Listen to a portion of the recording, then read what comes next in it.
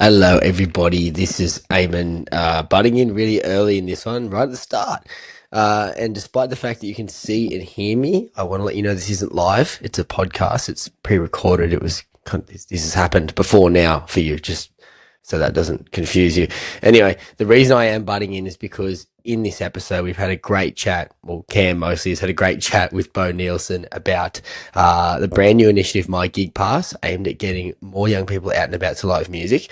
I was in the mix at the start, as you're going to see, and then I kind of fade away. And then you'll hear reference to me in the future, other parts of the conversation, but I don't make it back. That's because my internet was having a total moment at the exact moment we were chatting to Beau, and I was unable to resolve it. So if you're wondering, this is why we have the beef with the NBN, National Broadband Network, or Regional News Network. I don't know. Actually, we do know in this one. It's the National Broadband Network. It stuffed me around big time. But anyway, it's just to make the podcast make a bit of sense for you for this one. So anyway, enjoy the chat. Well, what you do is you Google MyGigPass, and then there'd be a little sign-up form, and then you pop in your name, your email address, and your phone number, and then you click submit. And then every Tuesday you get an email straight to your inbox.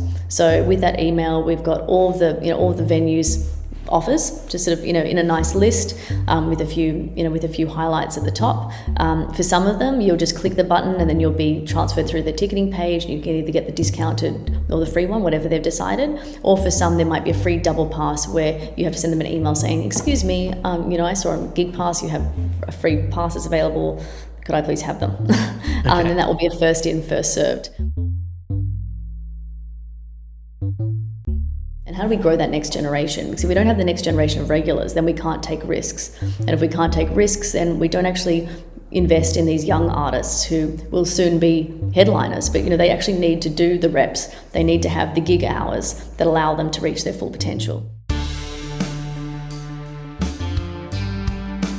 So have I, and then I've just hit record in Riverside. Hopefully that doesn't create a new delay for me. We'll see how we go. Right, we will see. Sounds okay. Okay. Beau Neilson, welcome to Homebrewed. It is great to have you on to chat about what it will be a wide range of things today, but MyGigPass, which is a new initiative you're spearheading prominently. But tell us to start off, Beau, we've got you on. You own and operate the Vanguard as well as a bunch of other roles within New South Wales and Australian music. So tell us a little bit about yourself, Yes. kind of where you came from and your roles now within the scene. Yeah, well, I've always been interested in art and culture and music, and I was in London for a few years, and then came back to Australia after COVID and started running Phoenix Central Park. So it's contemporary music as well as classical and everything else. And it was this amazing space. And previously it had just been used for sort of private things from time to time, but then we really opened it up and had a ballot system so people could apply for tickets, and we'd have 150 tickets, and we'd have 2,000 or 3,000 people applying for them. So it was a really exciting thing to see over a year or so, this huge growth and the awareness of the space with 3 shows a week, double shows in this amazing, really intimate architectural space. And then from then I took on the Vanguard. So the Vanguard is a much loved Sydney venue. It's 200 capacity. It's nestled in Newtown. It's been around for over 25 years under a few different owners. And when I took it on, there was a risk that it was going to become a fish and chip shop, which is something I just think is too awful. And I mean, I don't know if in Newtown, if you've ever walked down the road and think, oh, a fish and chips would be exactly what I need right now. It's sort of like really random, misaligned kind of menu choice regardless. But, and so we've been having, we have sometimes 7 show nights a week, but at least 4. And we have all sorts of different contemporary music. And it's been amazing just to see the talent and creativity of all these local and international acts that come through. So you're certainly very well placed, not only with your history here, but also over in London as well. There'd be, I'm sure, a lot of takeaways from, the London live music scene, and, probably quite a contrast and maybe a bit eye-opening when you returned to Sydney. What were some of the few differences that really stood out Over to you? there, I was doing quite different things. So I was actually working with skilled volunteers and charities. So a lot of them were doing music, but I found there was a far more developed grassroots scene, and so there were a lot of people who just loved music and loved creating music, and they didn't always anticipate that it would be a career path. It was just something that they really did and enjoyed with their friends, and so there was a big scene of that, as well as a lot of established venues, who've been around for decades, and so there was a real sort of contrast in what was available, and the government has a lot of cultural spaces that they make available to artists. I mean, all of us need more of them, but that did give people the opportunity to experiment, and seeing a lot of these, what we worked in this amazing building, the Battersea Art Centre, where they had theatre and music and visual arts and all of them in this same space. And it was also a community space that people could come to enjoy. So the culture was sort of infused into everything they did and allowed people to sort of cross-pollinate and learn from each other in a way that I don't think we do quite as well here. Yeah, absolutely. And as well as some of the roles you mentioned before, you're a board member with Music New South Wales, you're a member of the 24-hour Economy Advisory Council, Creative Communities Council as of not too long ago as well, and the Live Music Venues Alliance you're a board member of, which is kind of part of the group spearheading what we're going to talk about with MyGigPass. So you've obviously managed to position yourself beautifully within the live music, arts and cultural ecosystem of New South Wales and Australia. Was that kind of always where you wanted? I think that was a bit garbled, but what I took from that is, I think, MyGigPass and how it came about. Perhaps it sort of got a bit garbled at the end. Yeah, you did well to understand it if you could, because it was very robotic, and he's now disappeared. So obviously the internet issues are persisting, which is very frustrating. But if you got the gist of his question, or you have something you want to answer off the back of that, go for it. Yeah, absolutely. So, MyGigPass, so it's for 18 to 25-year-olds. It's free and discounted tickets from venues across the state. This came about when I was up in Brisbane for Big Sound, which is a music festival that they have, as well as a conference, which I recommend anyone who loves music, from, if you're a performer or, a technician or a manager, or you're just interested in the industry. It's really an excellent way of seeing the full perspective and all the different ways that you can be involved and that the culture, that whole sector works. And so I was up there and I heard this amazing talk from The Push. So they're based out of Melbourne, and they're all about increasing access to music and opportunities for young people, and particularly contemporary music, and accessing all parts of the industry as attendees, as performers, in management, and even sort of the legal and administrative side of things, which is a huge part of the music business. And one of the things they said is that half of young people say that cost is a barrier to them accessing music. And even though for so many of them, it's a vital part of their life, and it brings them together and gets them connected to community and themselves and expression, and to step out of their daily lives and really elevate their whole experience. And I was just alarmed that they felt like that was closed to them because they couldn't afford it. And then on the other side, venues want more people in their venues. They're all working really hard and have had some big hits with lockout laws, and then with COVID. And so they're sort of trying to figure out, well, how do we get more people into our spaces, and how do we grow that next generation? Because if we don't have the next generation of regulars, then we can't take risks. And if we can't take risks, then we don't actually invest in these young artists who will soon be headliners. But they actually need to do the reps. They need to have the gig hours that allow them to reach their full potential. Yeah, this is the cultural and the grassroots elements that you're touching on at your time in London. This is what you're trying to build here, because there is a massive gap. And as you said, lockouts and lockdowns that we had has really, killed sort of any momentum that was growing or was building, or any cultural, you sort of touched on, people actually wanting to just go out, having that core audience there that come along to gigs frequently because they live nearby and they like live music, making it accessible to them, which allows you to branch out. Like you said, it's the same way, to use a sporting metaphor. You need a certain amount of members at your club before you can try different things and attract more new fans to come along. But without that core base there, it's just sort of shooting for the stars or throwing something at a wall and hoping something sticks. Yeah, and also having the trust, saying like, I know these venues. I know that when I go there, it's going to be a good experience and it's going to be worth my time, because our time is precious. When everyone's running around and everyone has time concerns and financial concerns and all sorts of obligations. So when they do invest their time in leaving the house and either buying a ticket or buying a drink, they want to know that was worth it. That was a good experience. I feel more connected with my community, with myself, and I supported something that I believe in. And that's why we need these opportunities. And if you don't do it, you don't know. And so how do we make it easier? How do we remove that barrier? So, we started talking to these venues, and, now we have over 25 involved across the state. And so for context, there are only 55 dedicated music venues in all of New South Wales.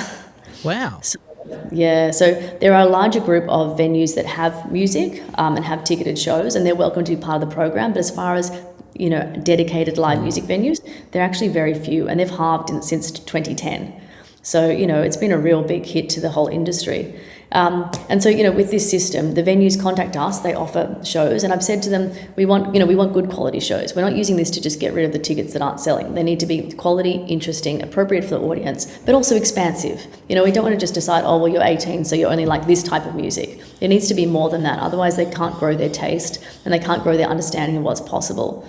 So from there, we have these amazing shows that we offer. Some are free tickets, some are discounted tickets, some are 2 for 1, because we want people to bring a friend. We want them to sort of grow that community themselves as well. And it's always more fun when you have a friend to experience these things with, And since we started in February, we launched, and we've had 1,500 tickets available through the system, which is pretty amazing. And with our subscribers, we started off at the beginning of the year with like 200, and now we've got 1,300. And every week they get this list of these amazing shows that they can sign up to and attend that week. So it's it's all fresh, local, as well as international and interstate. They're from all over, and no show is too good to not be included. So, it's wonderful to have all these amazing venue partners who are leading it and really showing this is what we're committed to. We want the next generation to engage, and we want it to be a good experience for the artist to have a full room, and, for the venues to have a good experience. Someone might buy a drink, or they might buy, a t-shirt or something. I mean, those merch sales have become such a huge part of, such a huge income stream for these artists, because touring is such an expensive thing for them. So you need to find these little incentives along the way that actually keep them committed and allow it to be financially viable. And then hopefully the person will buy a record or a CD, or the CDs are a bit out, but actually something Making physical. a comeback though. I think they might, Yeah. because the streaming is wonderful in some ways, but it's really it's killed so many artists. Yeah, the whole AI of it all seems to really have people yearning for the actual physical connection again, or the physical ownership over something, because something on a streaming service, it happens with TV shows and movies all the time. You have Netflix and then it disappears off Netflix onto a different service, and you're like, well, I don't have that anymore, but I used to be able to watch it, now I can't. So the actual ownership of things is becoming a bit more of a front of mind for people. Yeah. Yeah. You mentioned, and also, Cameron, what happens when you die? Your music collection just goes into the abyss. You don't get the opportunity to actually pass that on. It's not like tapes or CDs or records where now records are coming back, but there was this commitment to these physical objects that could be transferred, and that you could hold your history in a way, and that's being lost because everything's digitized. Yeah, what are they going to get? Your Spotify data or a CV file from? Yeah, and it's not always transferable. Yeah.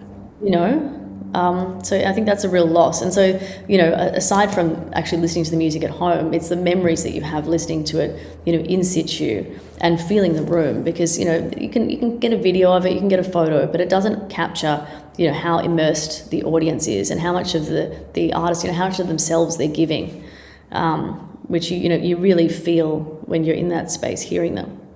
Now, on the venues, you said there were 25 signed on. You said no gig too big or too small. So does that mean if you're signed up to the MyGigPass and there's a show at this venue, it doesn't matter whether it's a massive headline act that the venue's attracted or a local act? Yeah, it could be any artist from anywhere. But the one thing that we do require all of the venues to get is permission from the artist and the promoter. Because I think particularly if it's a 2-for-1 offer, we want to ensure that they know what that means. They know about MyGigPass, and they don't feel like they're sort of being cheated, because we don't want to rip off artists, and they might want to have a few available, but that doesn't mean that they need to, give away their whole show. So it's a balance of still understanding that what we're offering is valuable. So the artist has control over how many tickets go through the MyGigPass, or how does that work? Yes, they're consulted all along the way. So the venues can't just decide willy-nilly that they're going to give the tickets away. They have to actually make sure that they have that confirmation. Yep. Okay. So that's good. So it's still having a lot of control for the Yeah, and I artists think as we well. need that. Yeah. We can't. I mean, without the artist, there's no show. Yeah. You have the most beautiful venue, great tech, and then no one shows up, and it's not quite the same experience, I can assure you. Yeah. So we obviously touched on that finances are on Homebrewed, we've spoken a lot about reasons why young people aren't going to live music as much anymore. Part of it is culturally, they didn't have, one of Eamonn's strong theories is that they didn't have older siblings who they went along with to the first time to these festivals or live music because of the COVID lockdowns. And as such, they weren't in the habit or, part of the culture of going out and seeing live music. But also a lot of the feedback is just it's too expensive. I can't afford it. I mean, we know cost of living is hitting everyone, but if you're a student, certainly you don't have as, the income to rely on as much. So this addresses, I suppose, the finances, but also culturally as well, as you said, to try and get more people out and about to these shows. Yeah, I think so. And I think also, a lot of young people also worried about the transport and safety element. Yep. Transport New South Wales has actually put a lot of work into that. There are a lot of night services, but, that is still something to navigate. And people do want to feel safe and know that they can get there and back easily. Otherwise, depending on where the venue is and where you live, it can feel like a really big commitment on either side of the event. So that's something that that I'm mindful of, and I think that the sort of the state and the city as a whole is considering, because it's all part of a complex puzzle. But I think one of the problems is they used to have a lot of all ages events. Venues would hold all ages events regularly, and that would engage people before they hit 18, so they already started to have these positive experiences. But in the last 5-10 years, and it is getting progressively worse, people are drinking less, which is excellent for their health, but it means they're spending less. So the venues don't have the same sort of subsidies from those other nights that will allow them to put on these all ages shows and still break even. So the lack of spending on one side does have a sort of seesaw effect, and then makes it more difficult for them to justify those kind of all ages shows or other decisions where they are targeting a younger audience. Yeah. So MyGigPass launched in February this year, so it's still very young, but you sort of already touched on, you're already having some very excellent early results, some very promising signs as well. The uptake has been really good, and artists and venues alike are responding well. Yes, yeah, they've been really responding well. And I think when we explain it to them, they're like, oh, this is what this is a great idea, this is what we need to do, but we didn't know how to do it. And if it's one venue that has an initiative like that, that's fine, but you actually need to have the volume so that you can have, grow the database and just continue to offer really excellent experiences that make it worth everyone's while. Yeah, because this is also one of the things we've discussed about music festivals, more so than just a live gig, but about the model of a festival, right? If you're especially the more, say, 3-day festivals, you're camping and it's a lot of music. It could be a lot for someone who might not be thrilled with the lineup, or it might just be, I can't justify spending that much money to go to this festival for 3 days. But we're seeing a lot of more, I suppose, boutique festivals offering different sort of arts and creative endeavors alongside the music. So the music is still the focus, but we're seeing yoga and wellness and different types of, art exhibitions for people to go to. Do you see anything like that transferring to these sort of gigs? Like you sort of mentioned, to do with less drinking, and there's less for these venues to be able to offset by putting on all ages shows. Is there anything that they could maybe learn from the festival side, or is it just too different? You don't think there's any similarities? I think they're different. I think with both of them, you're reliant on very good programming. You can have the most beautiful sort of side things at a festival about, wellness and art, but unless you actually have the core part nailed and you're really responding to the audience, I don't think that it can ever be a really good experience. Yeah, I suppose it goes down to the value that we're I think the about. value and making it worth people's time and making sure that they feel cared for and respected when they're there. Because, particularly if they're new to going out and going to music events, like at night, which if you're sort of just turned 18 and you're like, oh wow, there's this whole world that's open to me, and if you have a few bad experiences, you're like, I don't know if that's if that's my thing. And it might be the music might have been the best thing you've ever seen, but then if they don't know how to treat you well and you know, sort of manage that whole entry process and the ticketing process, then it can just put you off entirely. So I think that's sort of that the more wraparound care and thinking about things holistically and being really clear in the communications, you know, with guests about, you know, what times things start, how to get there, how to get home. You know, is there anything else that they need to know that they hadn't anticipated? So it's, you know, I think it's taking that care. I think that's what those festivals that have done well show. They do actually care about the person and how they experience the day. Hi, it's us. Sorry to interrupt us, but we're here with an important message from our sponsor, Sonora Studios. Yes, go to Sonora Studios. And we will expand upon that message. Jack was really brief in what he sent us. It was just all caps, go to Sonora. Well, take that advice if you want, but if you are a musician or a music producer and you're looking for a space to record your work or record the work of others or work out of, we would like to highly recommend Sonora Studios in Tuggerah for you to do that. It's a fantastic space curated by Jack Negro, very welcoming, unreal place to record out of, at least for podcasts, but we know based on all the musicians we spoke to that it's fantastic for music as well. Yeah, it's got everything, a very well-designed, well-thought-out place with some of literally the best producers in the country and some of the best bands in the country frequenting it. So do check out Sonora Studios if that is what you're looking for. So going back to MyGigPass, it's exclusive for young people, so 18 to 25-year-olds. Unfortunately, I am currently outside of that bracket. I missed it by aged out. only 5 years. But if hypothetically I was in that age bracket and I was interested, obviously, in getting to more gigs and getting some discounted tickets and 2-for-1 and etc., how would I go about exploring MyGigPass? Well, what you do is you Google MyGigPass, and then there'd be a little sign-up form, and then you pop in your name, your email address, and your phone number, and then you click submit, and then every Tuesday you get an email straight to your inbox. So with that email, we've got all of the venues offers, just sort of, you know, in a nice list with a few highlights at the top. For some of them, you'll just click the button and then you'll be transferred through the ticketing page. You can either get the discounted or the free one, whatever they've decided. Or for some, there might be a free double pass where you have to send them an email saying, "Excuse me, you know, I saw on GigPass you have a free passes available. Could I please have them?" And then that will be a first in, first served. So they've been getting a lot of mailers, those free tickets. It's been very busy on the inbox for them. The admin upkeep fee.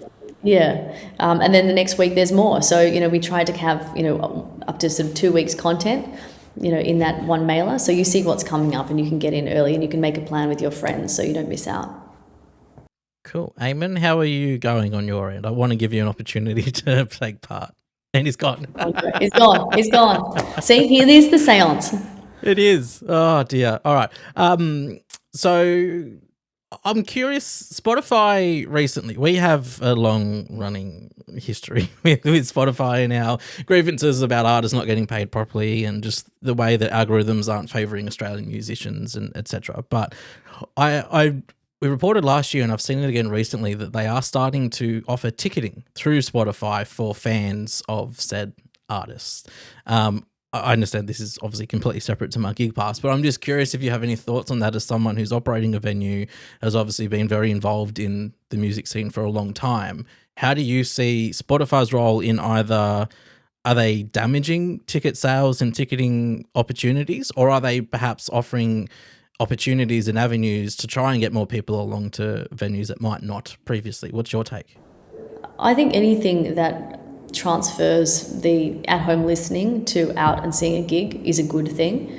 I'm not across the details exactly how that works or how that connects with other ticketing platforms, because in Australia venues are bound to a particular ticketing platform exclusively, and so, you know, I mean, if that just sort of funnels them from Spotify into whichever ticketing retailer they work with, I think that's still better than nothing. I mean, obviously Spotify does have huge issues because as an artist you don't get paid properly, and as a listener you just get funneled back into the latest pop music from the US. So that's not ideal for anyone, and it does really sort of narrow the scope of what people are listening to.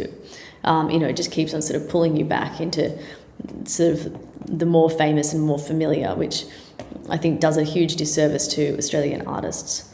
But if there is the opportunity for people to be funneled to attend a show, and particularly a live show that is from a local artist, I think that is a good thing for the industry. You mentioned trying to get more local artists involved with venues, because obviously a lot of people, because finances are tight, if an international act comes to Australia, they'll say, let's go. Let's spend our, the money that we may have allocated for music, let's spend it on seeing said international act who's coming over. But what actual, from both a venue and someone who's involved in the local music scene, what are the actual benefits, and this may sound like a really dumb question, but in terms of having a local artist and supporting that local artist from the grassroots, is there something that maybe we don't see on the surface level that it's a real benefit to that artist or the venue? Well, I mean, they're part of your community, but if you don't go, then they never become the big artist. Like all of these, everyone has to start somewhere. And, we can, when you're seeing these American artists who are, doing these large stadium shows, they've already, they've done the gig hours. They've worked in, played in someone's garden, playing in a few crappy cafes, in a bar and a pub while people have talked over them. It's an evolution, but they need all these different stages. They need these different sort of, beats to their drum in order to evolve and grow as performers and to be able to read the room to get to that level of artistry. And so if you take away those opportunities, then they just don't get very good. They all have, there's an innate talent, but there's also, it's just practice. It's about just doing the hours. And that's something that we need to be there as an audience to support them to grow. And also, how exciting, you could go out and see an artist, a band that you've never heard of, and then, next year they could be doing this massive international stadium tour. Like the way that things grow these days, that's very possible. Yeah. From a venue's perspective, is there a larger risk in getting a grassroots band through compared to maybe a bigger national headliner or any international acts? Like it depends. I think with good booking, you can tell someone's got an audience, and it might be small, but it's committed. And so, that's worth a lot. And also they might have, and if they've got a committed group, they'll also bring extra people with them and family and friends. And so then you can have a really beautiful experience for everyone and a really good audience, size and, and level of engagement. So it's not, and those are sometimes the most special shows. And when you're in a small venue also, the proximity to the artist and to the, and to everyone else there, you do feel so nestled and engaged in a way that you don't when you're with sort of, thousands and thousands of people sort of shouting. It's a different kind of energy, but, it does feel more human and more connected. It's the human scale of those spaces that I think makes it feel truly genuine. So if I was a local musician, which I'm not, but if I was a local artist, how would you don't know. This could be your next next wave. I can assure you it would not be. But if I were, how would I best convey to a venue or to a booking agent or to someone that I may have a small listenership, but they are engaged, they are active, they will support me if I play at your venue? Well, I think if you have any content that you've captured of you performing, and seeing how engaged is the audience. Are they, might not be enormous, but are they really focused on what you're saying, or are they talking over you? And that can be quite indicative of where a performer is at. And then just you can hear when you hear a track as well. If it's live is always best, but you can understand what an artist has got, I think.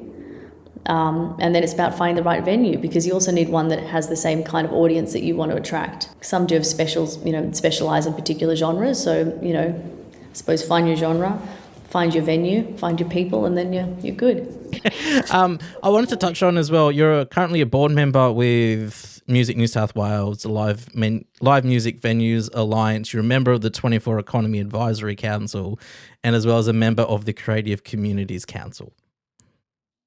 How do you find time is the first question. I think it's just, trying to use my time wisely and focus. And I think that there's, they've got a lot of shared objectives. Yeah. And I think that, being on a few of them does actually help me understand what we're trying to do a lot better. And then from the practical side, from the policy side, and then all the other concerns from the industry that maybe haven't made their way into the conversation.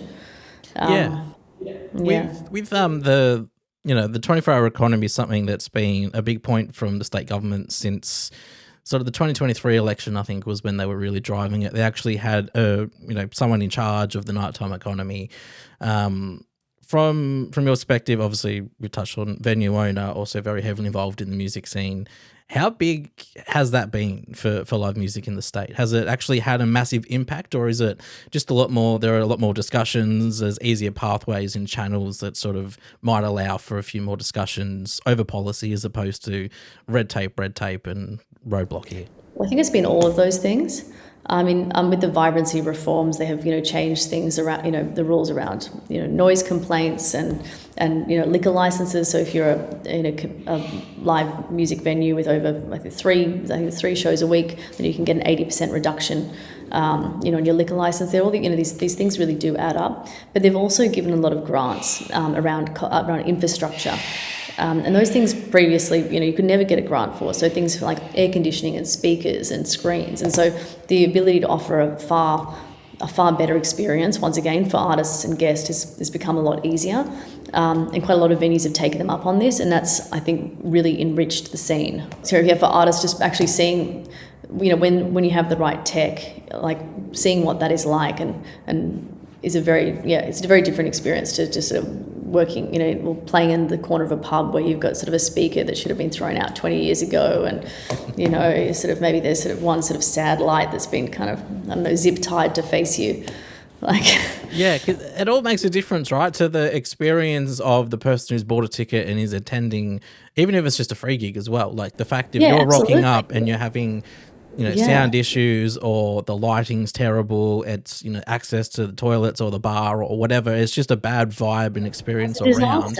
Yeah, and like lighting makes a massive difference, like lighting and sound. And if you can't hear them properly, and if there isn't that crispness, that compromises the whole thing. And then, if you see a show without lights, that's also, I mean, it feels completely different. So it's, the sort of the magic and the performance and the artistry that all come together for the perfect show. And the ability for people to also train, so all the technicians to be working with this, higher quality gear, I think will prepare them better sort of internationally and locally if they do decide to sort of travel and then learn and then come back, which I think a lot of them do. Yeah, and we know that a lot of these policies take a long time to, enact, and then for the effects actually to be felt, at the grassroots level. But is there anything that you would like to see happen in this regard? Is there any policy you'd like to pass, or any initiatives that you think should be sent through? Well, I think, MyGigPass, seeing that as a sort of broader culture pass. So, in France, they have the culture pass, and that means when you turn 18, you get, a few €100 you can spend on books, music, theatre, dance, whatever. And I think that we should actually be looking at the arts as a whole and encouraging people to access that early and making sure that they have a good time doing so, and that it just becomes part of their life. Yeah, because this is the cultural. The whole way that we, exactly. Yeah. And looking at it as a whole, because the people who support all the technicians, they cross industries. They work across, theatre and dance and music, and all sorts of and events that, so upskilling them. And then, and I think then the audience also crosses over when they see how magic it can be. But, you just need to see it and then understand that it's worth your time and money. And if you can get some tickets for free, I think that's a really good pathway to open the window for you. Yeah, on the free ticket offering through MyGigPass, how does that work from a venue's perspective or an artist's perspective? Yeah, so a lot of venues have tickets, like door tickets that they hold as the venue. So that's for seated and standing shows, and they reserve those tickets. And some, some are granted to the artist, some are held by the venue, and then they're the other ones on sale. So it's looking through those tickets that they make available once they've had permission. So when you say they're reserved, what does that mean? It means that they could give, they could have a guest list, for example. So it could be the artist's guest list, or it could be the venue's guest list. Right, okay. And if, say, as media, we've been invited to these gigs before on a guest list, we say, no, we can't attend, that could be offered through the MyGigPass as a free ticket. That could be transferred over. Yeah. And so I think, across all the arts, they have a sort of a set that they retain to say, if there's someone important or interesting or interested, or they can then re-release them on sale. But, otherwise sometimes they're not filled, and then it's a total waste. I mean, what's the point in having a space that can accommodate 200 people if there are only 100 people there? Yeah. Like, it's a better experience for the artist to look around, see a full room, feel that engagement. And then everyone else in the crowd enjoys themselves more as well. So, I think we just want fuller rooms. Yeah, and you're not losing out financially either from a venue or a No, so, musician, because that we're was a going to buy free. tickets aboard. Yeah, Yeah, exactly. And then also maybe with this, your friend gets a free ticket and then you have to pay, but it's still worth going. Like, I mean, that would be great to see. And I think that is happening. yeah, because even if my friend got a free ticket, we could just split the ticket that I paid for, Yeah, and we both get exactly. a cheaper ticket. Yeah. Yes, yeah. So that's what we need more of that, I think. So you mentioned 25 venues on board. Is the plan to get all 55 on board, or is it, I mean, dumb question, obviously, but I mean, in terms of the other venues that are hybrid music and other venues, you said they're eligible too? Yeah, absolutely. Any space that holds regular ticketed events, ticketed music shows, contemporary music is welcome to be part of it. So I think that we will, grow that list substantially. And I think it's going to be really cool for people to see different spaces and to see them all highlighted, because we don't, when we put out the mailer, we have a mix of all sorts of different artists, and you can see there are all these different venues and they've all got things happening. Some you might have heard of and some that are unfamiliar. So I think that sense of discovery will be a really key part to grow people's curiosity and maybe invite them to branch out. And from the venue's perspective, has this been well received from those who have signed up so far? Yeah, they've all been really positive about it. But we just love to get more young people involved so that all the tickets get grabbed, and and those rooms are full and everyone has a good time. So this is obviously one barrier to entry for young people is the finances. Are there any other barriers that you think we're hitting up against in the live music scene?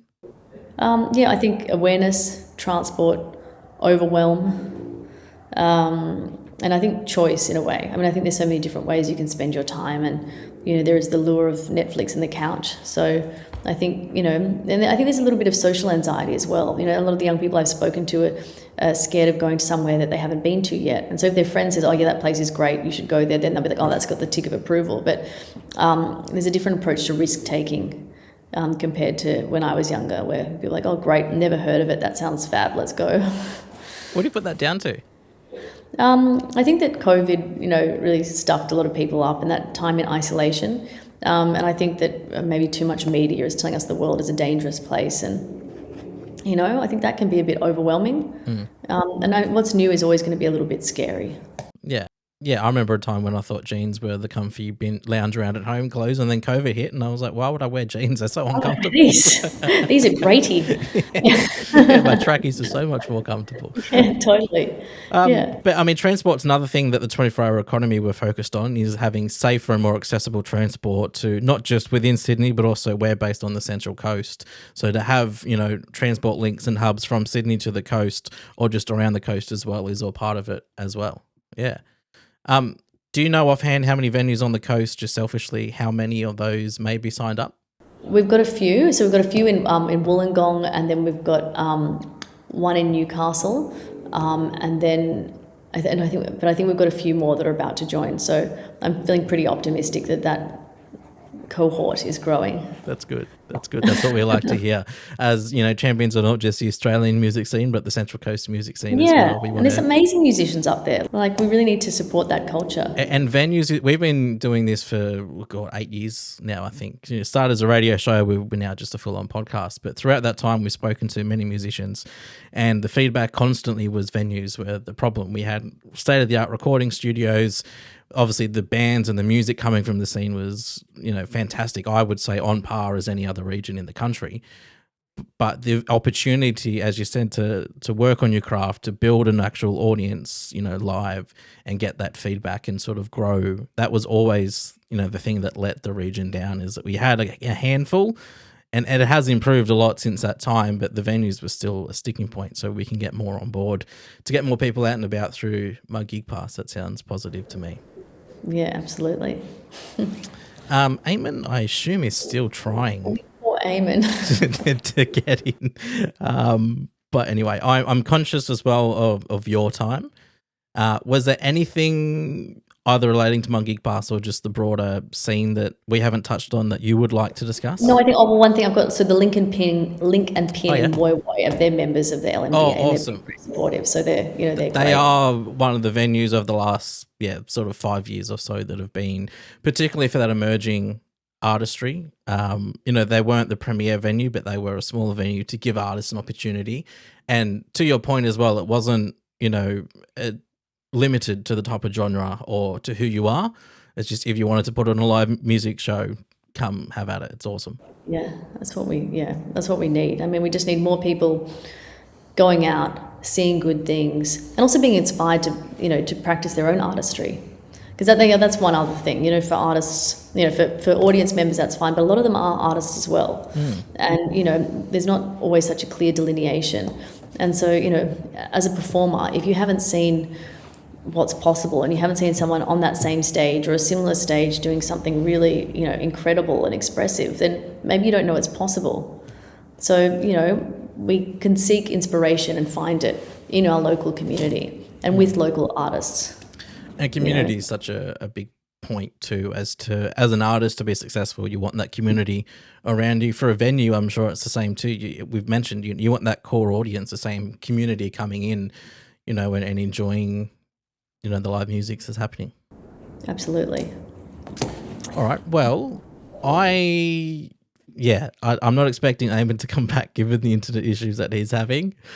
So on behalf of Eamonn, I will thank him. Thank you for your time. MyGigPass, get involved. There's a website if you want to take part. Yeah, just Google MyGigPass, put in your details. And if you're a venue or a space that does host regular ticketed shows, just get in touch with us and we'd love to speak with you. And if there's a way we can engage with your audience or your artists or your promoters more, we would really love to do that. And if you're an old fart like me, just enjoy the fact that there are more people coming to gigs and there's an opportunity for the next wave of young artists. And you can come as well. You can, you can see things on there and be like, I need to see that show. I might not be under 25, but that seems, well so worth my time. I can still sign up, and even though I won't get, the discounted or free ticket offers, I can still see what gigs and what shows are happening. I mean, look, you will be, they will check your ID at the door to make sure. So, technically, we want to grow the under 25s, but, we'll make an exception for you just to see what's going on. Maybe I can do the opposite. Have you seen The Benchwarmers? Yeah. The movie? I can do the opposite. I am 12 and just... I love it. All right, Beau, thank you very much for your time. Enjoy the rest of your day. And all the best to MyGigPass. Thank you, you too. Take care. Bye. Thank you.